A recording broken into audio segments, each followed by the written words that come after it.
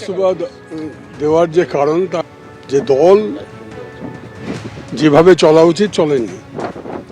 এত বড় বিপর্যয় হলো কেন তার কারণ অনুসন্ধান করার কোনো চেষ্টা করেনি। যারা বিভিন্ন কমিটিতে রয়েছে, তৃণমূল স্তর থেকে উচ্চ স্তর পর্যন্ত, কোনো বিষয়ে তাদের কোনো মতামত কখনো নেওয়া হতো না। নিরুপায় হয়ে অনেকেই এটা মেনে নিয়ে চলছিল। মানুষও পর্যন্ত, সেই মানুষ যারা 15 বছর আমাদের দলকে ক্ষমতায় রেখেছিলেন, সেই মানুষই এই সরকারের প্রতি অনাস্থা জ্ঞাপন করেছে, দলের প্রতি অনাস্থা জ্ঞাপন করেছে। তো সুতরাং মানুষ যখন একটা দলের প্রতি অনাস্থা জ্ঞাপন করেন, তখন একজন রাজনৈতিক কর্মী হিসেবে আমি বুঝতে পেরেছি যে এই দল মানুষ থেকে পুরো বিচ্ছিন্ন হয়ে গেছে, জনগণ থেকে বিচ্ছিন্ন হয়ে গেছে।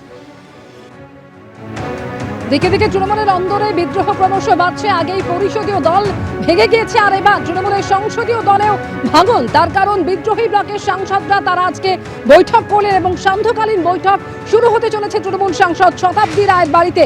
এবং যেটা জানা যাচ্ছে, লোকসভায় তৃণমূলের যে সাংসদ সংখ্যা রয়েছে, অর্থাৎ 28 জন সাংসদের মধ্যে 20 জনই রয়েছে এই বিদ্রোহী ব্লকে। আর এই সমস্ত কিছুই দিল্লিতে বসে আজকে দেখছেন মমতা বন্দ্যোপাধ্যায়।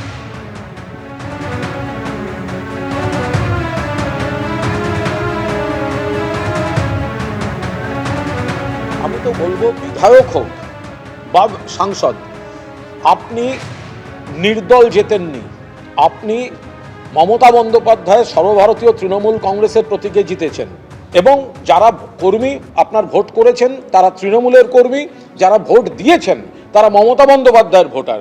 ফলে আপনি আজ অন্য দলের হাতে দোল খাওয়ার আগে দয়া করে একটি কর্মী সভা ডাকুন নিজের এলাকায়, মানুষের মতামত নিন, কর্মীদের মতামত নিন।